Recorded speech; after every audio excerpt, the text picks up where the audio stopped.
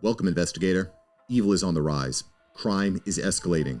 Our mission is to eliminate the crime by exposing evil, examine why it manifests, and highlight the brave souls that confront it every day.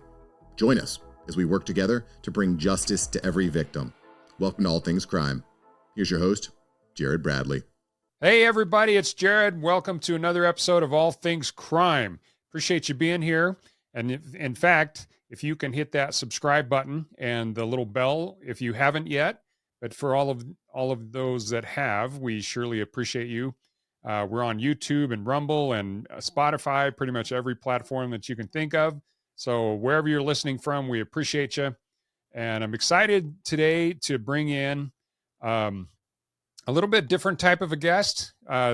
This guy here he has an amazing background in law enforcement, but from after he retired, he's kind of moved into training. And so this is one of the big things that I think has come out in the last few years about how important training is and ongoing training with law enforcement, because situations are always changing. You know, who knew that the mostly peaceful riots in 2020 would change the game so much? But I want to welcome Dr. Mike McCutcheon, and he is, you know what? I'm going to let him describe his background because it's so extensive. Can't talk this morning. So, Mike, welcome, Dr. McCutcheon. Welcome to the show, and appreciate you being here. And if you could introduce yourself to the audience, that'd be awesome. Sure. Hey, thanks, Jared, for having me on. My background is started out pretty regular. I was a patrol officer. I worked as a police officer for 20 years. And then during that time, about 5 years in, I got promoted to detective, and it changed my life. I loved it so much.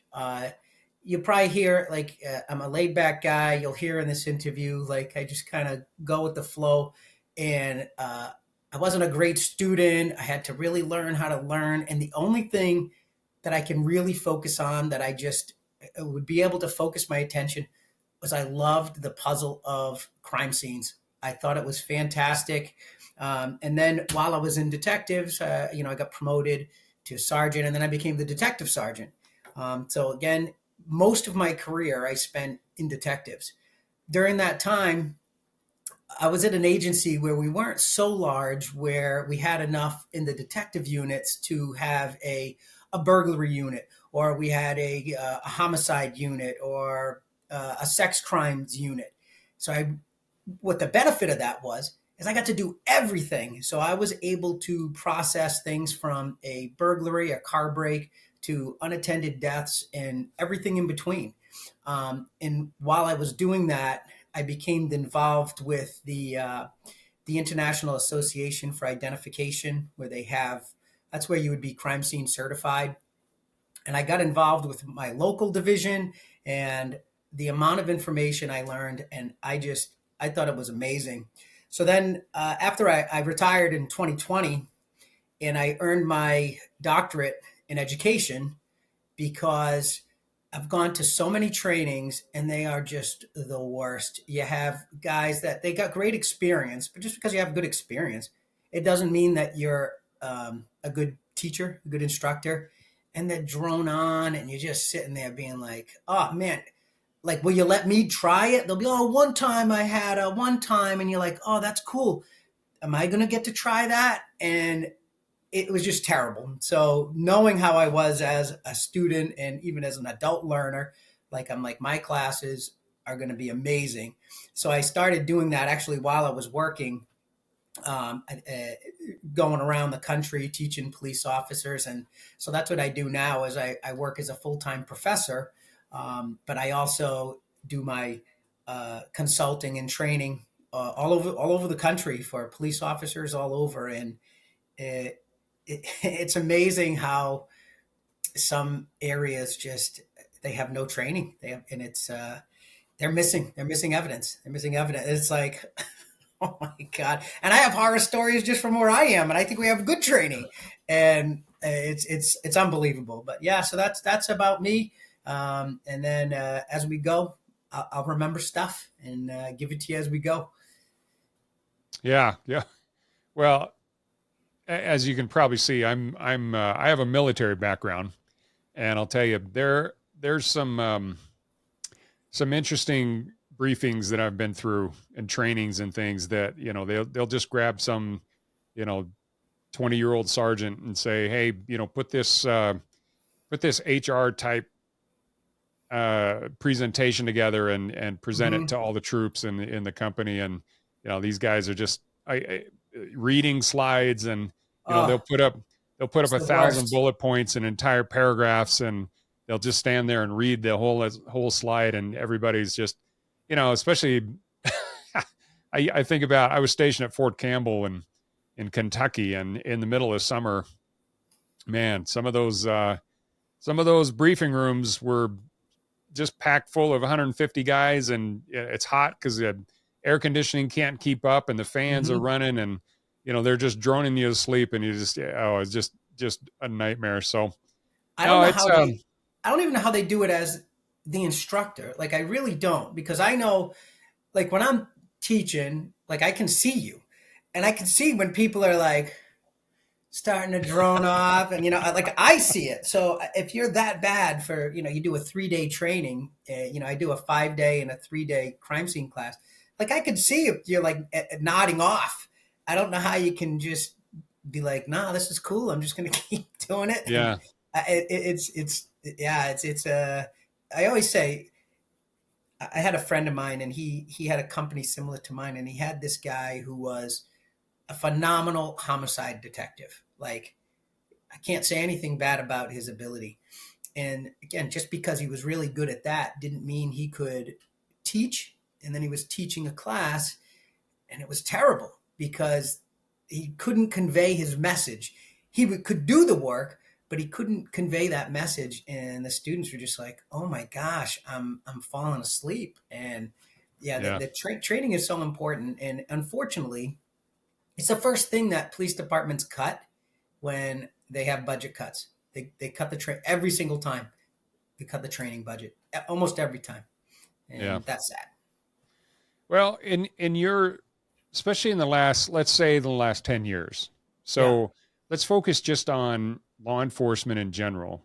Okay. Um, I think after the academy, uh, like you said, there's so many agencies that are, their budgets are struggling, and I think it fluctuates based on, unfortunately, who's in Washington D.C., because there's so many agencies that rely on, federal grants and things like that Sure.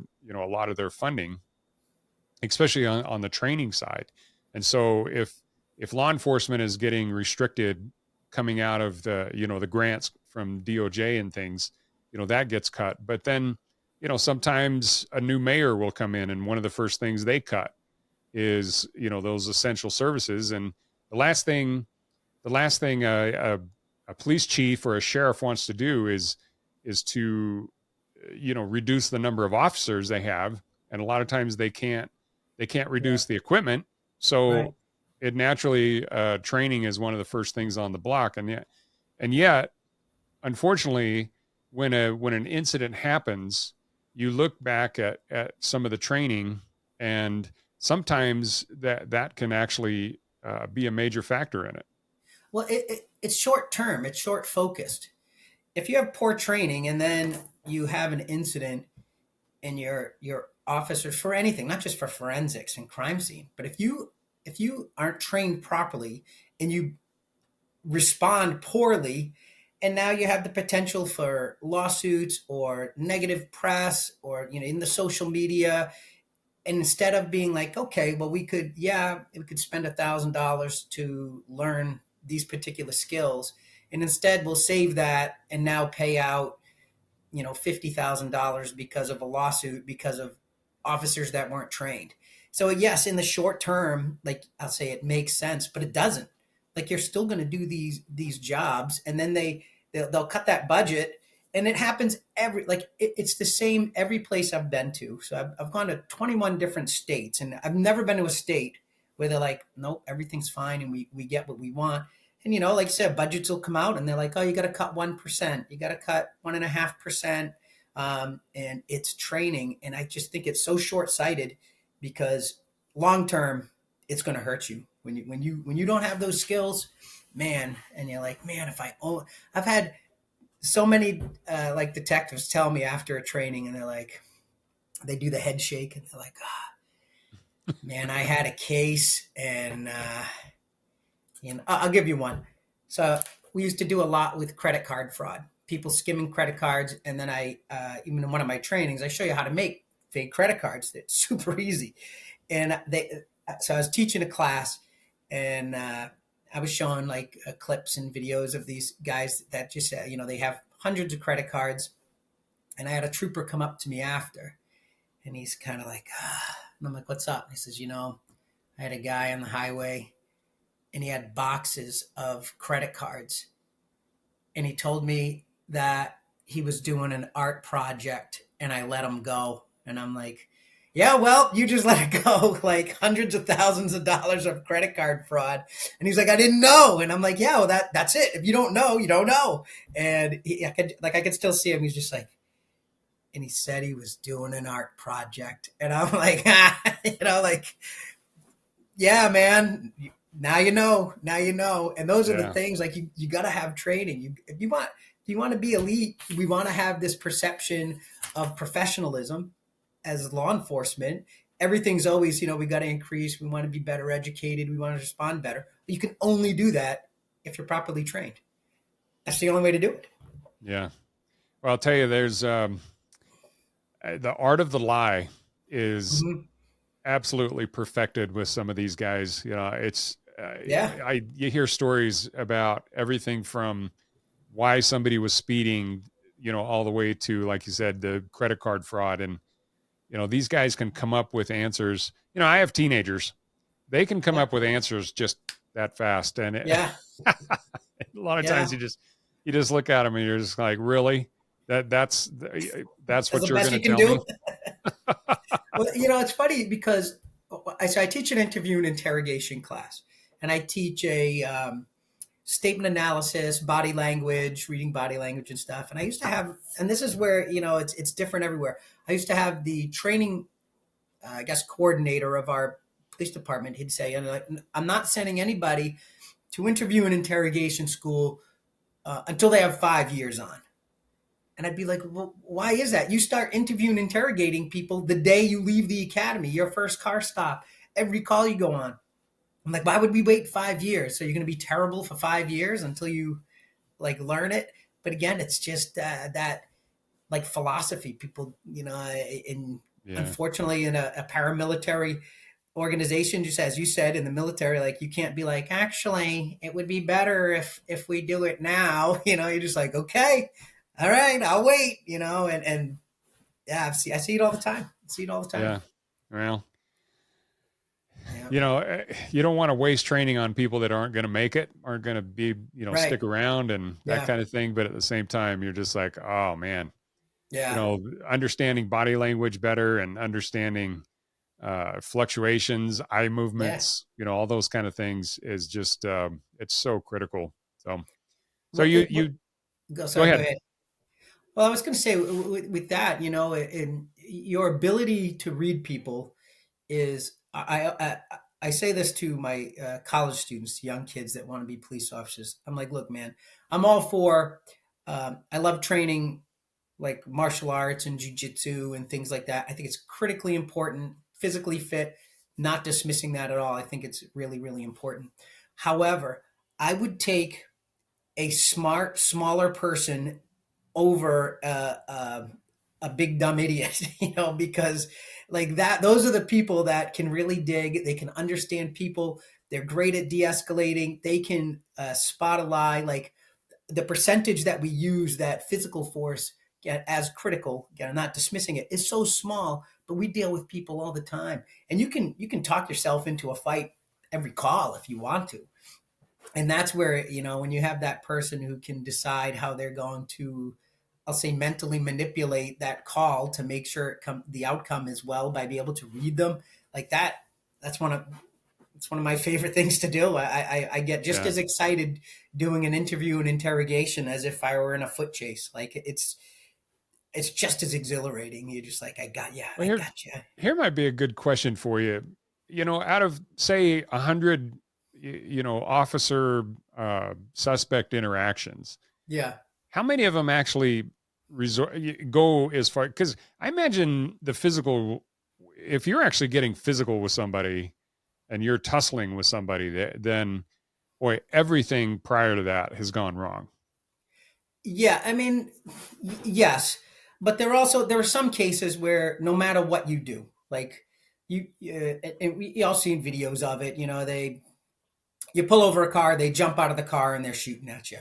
Okay, Mhm. well, there's no de-escalating. Like those type of things happen, but a lot of times we don't recognize signs where we could intervene.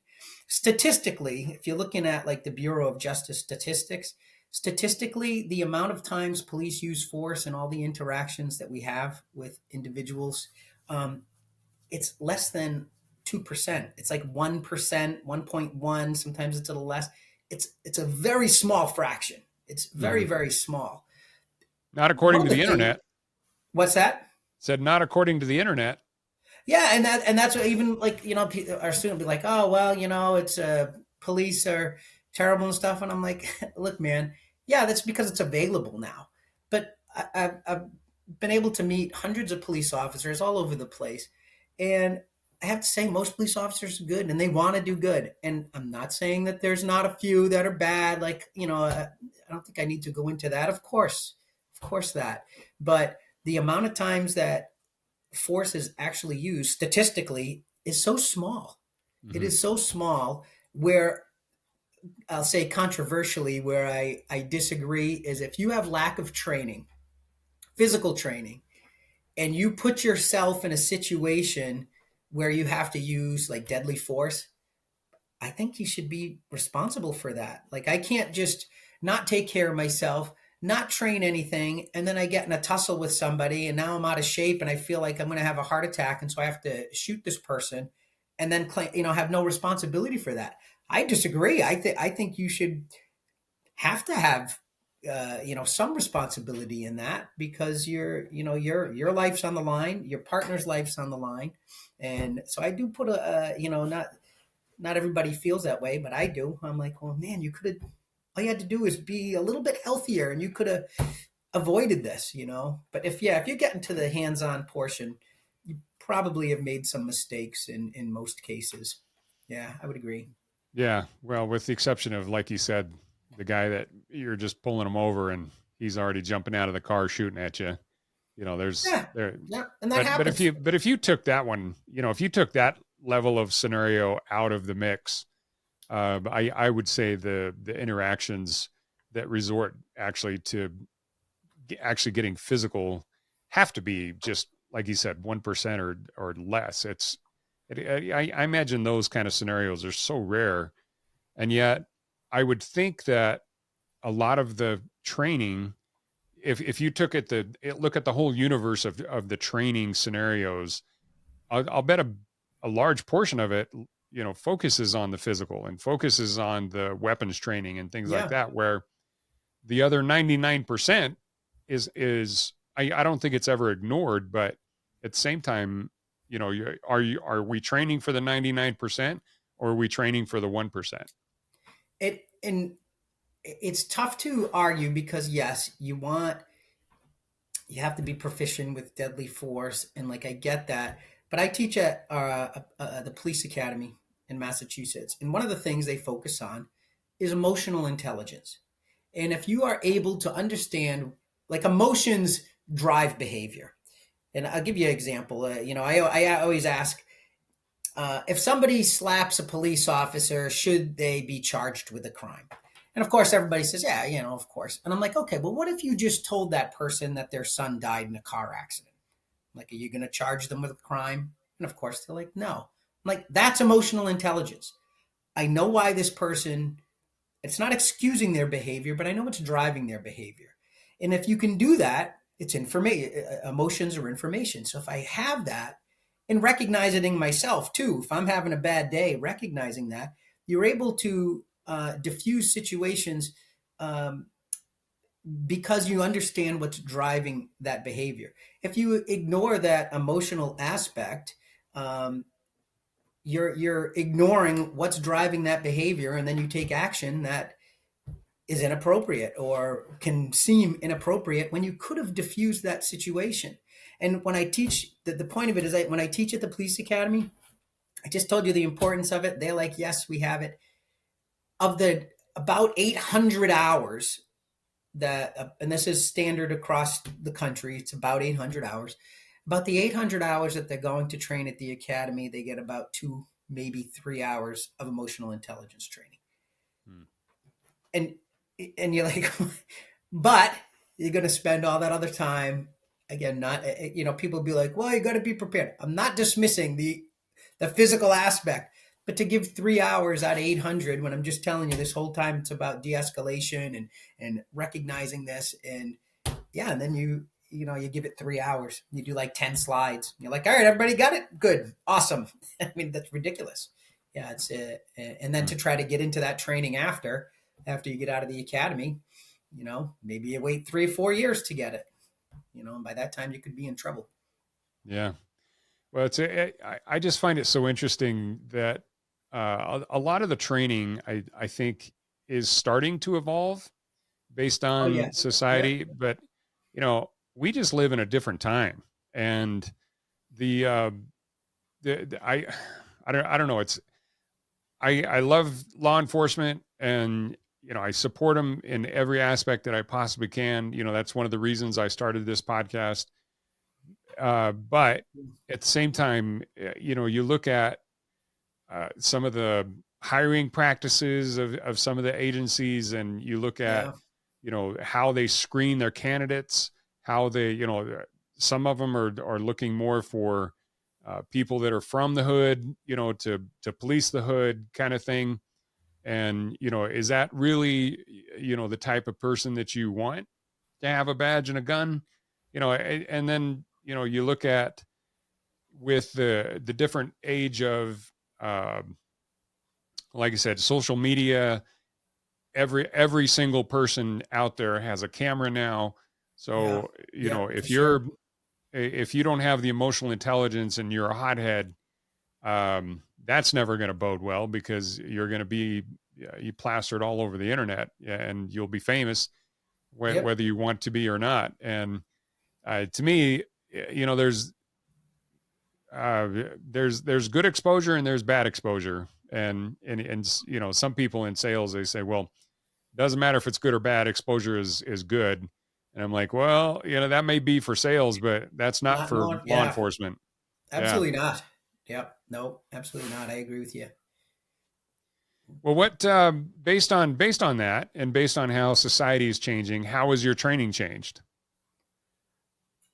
This is a brand new. This is just coming out, talking about being on camera.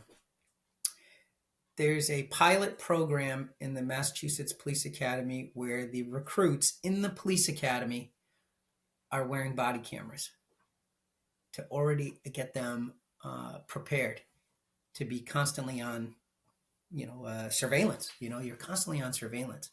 Where I see training going is, I think you can become crime scene certified. You can become crime scene photography certified, just like you have to be certified when you are to be a fingerprint analyst or a footwear analyst.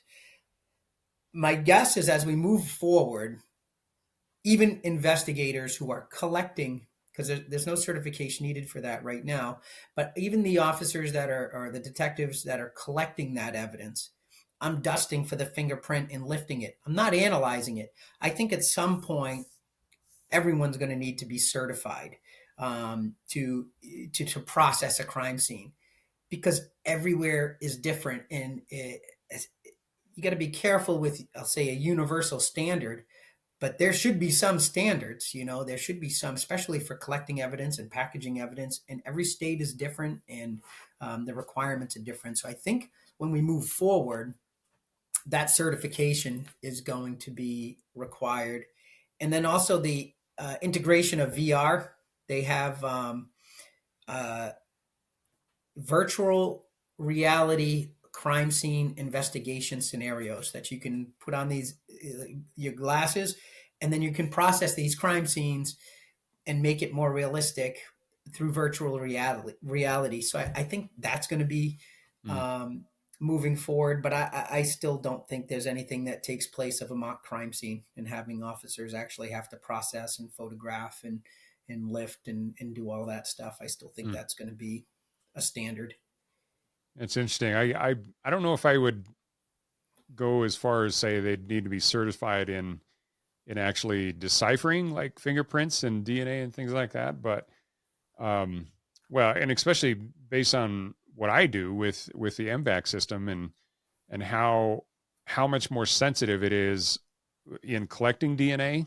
Yeah, As I'm training certain police officers or not police officers, but like crime scene techs yeah, or lab people, but especially crime scene. I'm like, look, you have to go to your detectives and tell your detectives they can't be standing around, a living room with a body in it.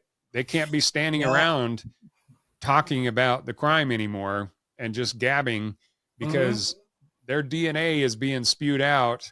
And I guarantee, especially with the MVAC, we're going to be, it's like you're going to have to submit Yeah.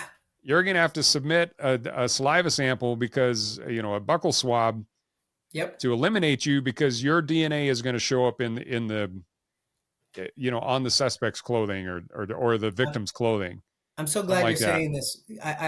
I preach it. Every contact leaves a trace. Locard's principal theory of exchange, and I preach this all the time. I say, we started DNA using DNA in the United States in 1987. You needed a large, clean sample, one person. Now like you said, with the MVAC, you can do touch DNA. They have um, DNA where if it's a single donor DNA, it's a rapid DNA test. You get a result back in an hour. There's so much now.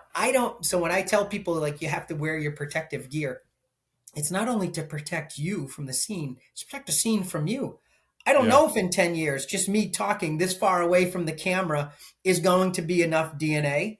I don't know. So I'm wearing my mask and everything because just me talking in 10 years, that might be enough. And now you're swabbing that, and my DNA is coming up because I've been in the crime scene. So I'm glad you brought that up because I say that all the time. Like, Yeah.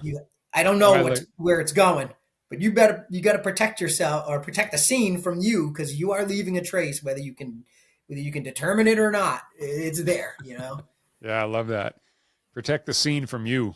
Yeah. It's, Yeah, well, yeah, it's kind of a melodramatic in some ways, but you always see like, especially Hollywood, you see these couple of detectives, they're standing over the body and they got their cigarette and they're like, yeah. man, what do you think happened here?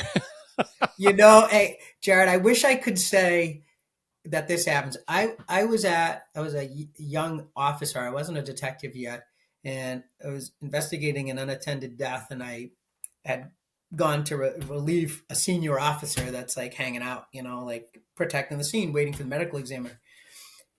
And he's in there watching TV, eating a pizza. And he's sitting on the bed. There's the dead guy behind him, and he's sitting on the bed eating his pizza. And like I'm new, I'm like, okay. So he's like, hey, hey, Kutch, you want some pizza? And I'm like, nah, I'm good. And then I remember the medical examiner showing up, and it was There's a a dead guy suicide. behind And him.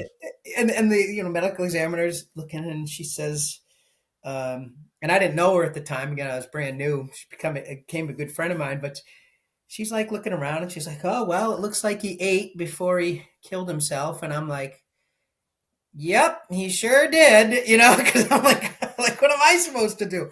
But if I had to tell people, like, you shouldn't eat and drink in a crime scene, like, they think I'm an idiot. They're like, yeah, no kidding. And I'm like, well, I'm telling you that because of, what happens. And yeah, things like that are Yeah. you're just like, oh my God, what are you doing? What is happening here? And that happens. That's why I'm saying that it happens. Well, Uh, fortunately, I hope that was a long time ago. it was. I have to say that was at least 20 years ago. Yeah. Yeah. Well, nowadays, I'm sure anybody, especially if they're a detective, they're smart enough to know that uh, physical evidence is so critical in Oh my casework gosh. now Yeah. that yeah, you can't be sitting on a bed eating a piece of pizza anymore Oh my gosh. with But like, the the victim and right behind every you. department is going to have like some stupid horror story of something that happened, and you're like, did that really happen? I had a shooting, and I was again as the detective and the sergeant. I asked him, I'm like, well, where's the gun? And he pulled it out of, he had it in his waistband. He pulled it out of his waistband. Oh That's how he no. secured this gun. And I'm like, oh my God. Like, so again, when I make like jokes while I'm teaching, and I'm like, all right, so when I put a slide up that says don't put the weapon in your pants, it's because someone has done that. Like, I want to pretend that there's no idiots in this room, but one of you might be, because like I've had Yeah. it happen, things like that, where you're just like, oh my God. And Yeah. yeah, and no matter how hard you try, there's always some little quirky thing, and you're just like, Jesus, what am I going to do now? Yeah. Yeah. Well, like I said, it's interesting how again everything's evolving all the time, Yeah. and people understand that we're especially with AI now, and Oh yeah. just the world is changing. So we'll be George Jetson here pretty quick. So Yeah. it's as we evolve, especially in solving cases. It used to be confessions and eyewitnesses were by far the most important thing that you could get Yeah. as a detective to solve a case.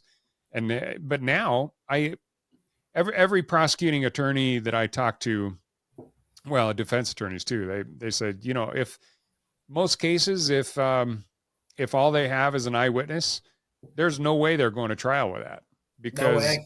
eyewitnesses and there's people that will literally and lie on a stand, and they'll Sure. do it because they have some animosity toward the defendant, and the prosecutor just like, there's no way.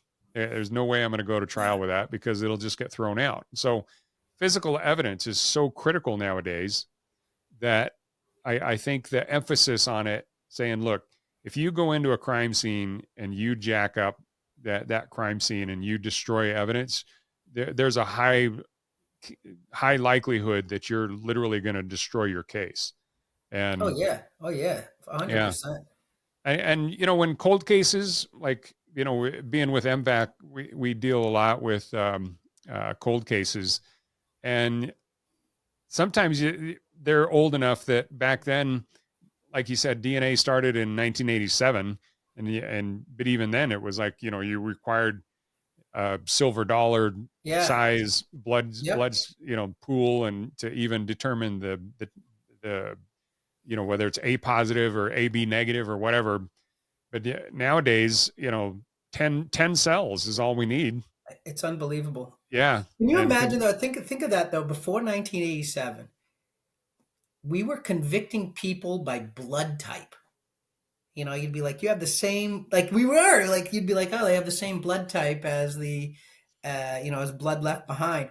That narrows it down to like 60 million people, and you're like, yeah, but it's the same blood type. Like, that's insane to me. Like, some of the things that we like thought were good, yeah. just like, oh my God. This drug dealer saw you go into the building, and then we detected blood that was the same blood type as you, close to the Yeah. victim, And that's and it. Blood type. Yeah. yeah, yeah, not anymore, No, not thank God. anymore for sure. Yeah. Yeah. So, out of everything that you have seen over the years, and especially your days as a detective, what's one of the craziest things? I mean, beside the detective sitting on the bed eating a piece of pizza with a victim, yeah, that's a great story. What else what else have you seen that you just look at it and you're like, that's a that's the craziest thing I've ever seen? One of my favorite stories. It's funny because like when you're in police work, you think that it's going to be, I'll say, more TV like, and everything's going to be like crazy, and all these good stuff. Some of my funniest and greatest stories are for nonsense, but they were just so outrageous. I had a guy, it's me and my, he's still my good friend. He's retired now. We talk about it all the time because it was the funniest thing we've ever seen. We go to this woman calls 911 for a domestic. Again, very standard. Again, this is where I like you don't know. Go to this domestic. She comes out. And so we're calling this guy out. He's in his bedroom. We're set up, come out, come out, come out, come out. So finally he comes out. He's totally naked and he's got a bird, like a parrot, on his shoulder with the tiniest penis I have ever seen in my life. And so now we're laughing because he's naked with a bird on his shoulder and we're trying to call him out. And we're trying to be serious, but we're laughing. And so finally we get this guy like locked up and everything. And then my friend, he just takes this bird and puts it on his shoulder. We process this whole scene with this parrot like on his shoulder and just walking around with it. And then we'd put it down and it'd follow us around. And I'm like, where in the police academy would I learn like not to laugh at that situation, how to handle a parrot that is just like hanging out in the crime scene. Like those things are just so stupid and silly. And you're like, okay, yep, that never had that before. Another box of nope, haven't learned this one before. So I think of that one all the time because it made me laugh so hard. Even when we meet up like once a month and we're like, dude, remember that guy? Like it was just a silly, dumb thing. But yeah, that was a funny one. That was a good one. Naked guy with a parrot. Haven't heard that one before. Yeah. That's one of the things you always see is I would say the majority of people that for unattended deaths are always naked. They just always seem to be naked. Yeah, it's an interesting phenomenon. I always think of that, like when I'm getting out of the shower, I'm always like, man, I hope I don't drop dead. Like every time that's the case. Yeah, there's some mentally disturbing images I'm sure that you've seen that probably good that you can't transfer those. No, that's for sure. Yeah, that's for sure. So part of your practice, I've read, is you make training videos and things like that when working with different technologies. So tell me a little bit about that. I started out by saying, how much I just love forensic stuff. I love talking about it. I love talking about cases. Like I love it. So, gosh, this must have been maybe like 2011 or something like that. 2012 was like earlier YouTube. I started making YouTube videos just for my own like entertainment. And I would make videos on how to lift fingerprints or do shoe castings and things like that. And then that's how people started finding me and asking me to come and teach them. And so now, like, I try to make videos about everything. It does two things. One, certainly for forensic people that might not know, and they're like, oh, geez, I never thought of that, or a new device or a new piece of equipment. But I also like it because it gives people who may not know about it, it gives them knowledge about it. And a lot of them will be interested and say, oh, how do I get into this work? How do I do these things? And that I really like. Like, I like being able to share that and then get questions of, oh, well, can you lift a fingerprint off of this? And I'm like, I don't know. Let's find out. Can we get DNA from this? I don't know. Let's find out. So I really try to open that up and, go on all the Instagram, TikTok, Facebook, YouTube, you kind of put everything out there and people find you and they want to know. People are interested because they watch these shows and they want to know how real it is. And is it true they can or they can't? And I love sharing it. So yeah, I love doing videos with that kind of stuff. Yeah. Well, I would start with, because we make a lot of videos, obviously, about the MVAC system, but as far as some of these shows, what we've found is, if they're a drama-related show, then a lot of the technology may be kind of either altered or, not quite Yeah. yeah, not quite realistic. But you get into shows like Forensics Files, Oh especially yeah, the yeah. Forensics Files 2. Some of those that are more uh, Reality how do you describe based. them? I mean, they have a little bit of drama with them, but at the same time, they're a lot more fact based. Yeah, well, they're Those, recalling like real facts, not like a fake storyline, you know? yeah, yeah. Yeah. I found that those shows are really accurate, and Yeah. uh, Yeah. I've talked to some agencies that they'll actually like Forensics Files, for example. It's a 4 segment show, and Yeah. the third segment is always based on technology. Yeah. And there's agencies that'll actually order they'll get that third segment, and they can use them in Sure. like as training videos.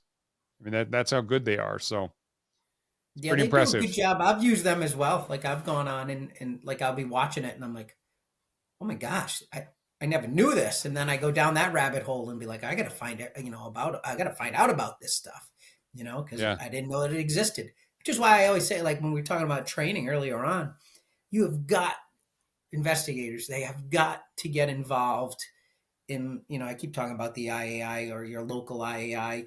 Like you got to get involved in these groups because that's how I'll be right up front. Like that's how I can teach because I don't know everything, and I'll go to these conferences and meet somebody, and they're teaching a topic of the first time that they used this or that thing, and I'm like, this is awesome. I'm including that in my training. Oh, this is awesome. I'm including that in my training. Like you gotta stay current, and that's where we fall behind. I have people come to my class. I haven't taken a crime scene class in 15 years. Well, a lot's happened in 15 years, and that's where we fall behind. It's Yeah. you got to stay current, and that's the best way to do it. Is like those conferences. I love going to those conferences. Yeah. Well, there's so much information out there as well as just Yeah, uh, you know eh, how what is it they say that the younger generation gets 75% of their information from YouTube and TikTok now. yeah, So, but there's so much information out there, and obviously there's a lot of misinformation too. But as far yeah, as technologies, you can go, you could probably go to YouTube and type in MVAC. You could type in Faro. You could type in yep, VMD for vacuum metal deposition, rapid HT, rapid DNA. yep, I mean, there's so much information out there that you could get with just on YouTube and stuff. But and then it might take you if you just Google it or DuckDuckGo it. You yeah, could yeah, you could send it off to websites, and there's sure. just an incredible amount of information.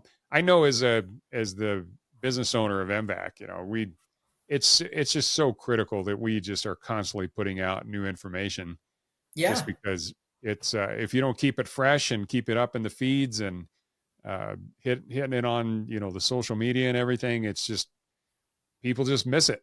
yeah. And That's what I it's like about the videos too. Is like it's interesting. Like you as a business owner, you put out a video, and I don't want to say that mine are amateur, but it's coming from like a practitioner, not from the salesperson. Like of course, if I'm selling you whatever device, it's going to be very like this is all it can do, and people like to know, well, like how does it really work? How do you like it? How do and then I can say, oh, check this out. Can you find? And so I find I get a lot of that too, where they'll mhm. check the company's parameters in videos, and then they'll check mine and kind of compare them and say, does it really do all of these things? Like kind of like bringing it to the mechanic, make sure that it is a good car kind of thing. And I like that too, where I can kind of Yeah. give them, oh yeah, I really like this. Or I was testing an electrostatic dust lifter, and I was lifting a print off of some shirts. And the guy who created this Stati lift, he had emailed me, and he's like, oh, I created that. I never even thought of using it for that. And I'm like, oh, it works awesome. So I use it all the time for that. And so those are the things that I like to kind of cross check and be like, oh, let's make a video of it. I would love to feature it and show people what it can do.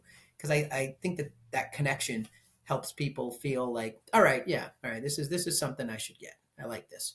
Yeah, So I like to do absolutely. that. Yeah. That's good stuff. Well, based on that, what's so you have a website, training videos. Where can people find all this stuff? So my website has if you want to contact me for to host a training, so either for police departments or forensic science teachers, I do that for like high school forensic science teachers or college science teachers, or for police departments. So I have contacts on my website, forensiceducation.net. And then they can also, you see the upcoming trainings that I have there. And then to see the videos and what's out there, on Instagram, Forensic Education, TikTok, Forensic Education. The only one that's my name, Mike McCutcheon, is on YouTube. But if you put in Forensic Education, it still pops up because I always put those in the title. But I started the YouTube before I had a business. I was just doing it as me, and I never changed it over. So, but if you put in Forensic Ed in there, all that stuff will pop up. But the website's the best way to get a hold of me if you want to host or come to one of the trainings. Awesome. Yeah. So that's forensicseducation.net. Yes. Yep. So if they put in forensicseducation.com, where's that going to take them? It's one of those things where like the domain name was used, and so it'll be like, would you like to purchase this? And I've tried to do that, but they want like so much money, and I'm like, I'll just use .net. It's fine. And it's forensic, no S on that, forensic education. But yeah, the .com will just go to nowhere. Awesome. All right. Well, Dr. McCutcheon, I appreciate you coming on. Yeah, man. Thanks for having me. I appreciate it. Yeah. Everybody go out and check out his website and his videos. And we'll definitely have those in the show notes so people Awesome. can find you. And yeah, hopefully at this next II that's out in Florida, you're going to be there. Yeah. I actually put in to do a lecture, so I think I'm going to be doing a footwear lecture. They reached out to make sure I had what I needed. They haven't confirmed it, but I'll be there anyway. But I should be doing 2 footwear lectures. Awesome. Well, we'll have a booth there, so make sure to come by.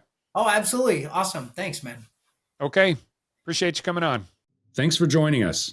Your attention today brings us one step closer to exposing and eliminating the evil that brings crime to our communities. Hit subscribe and share this episode. Together, we will bring justice to every victim.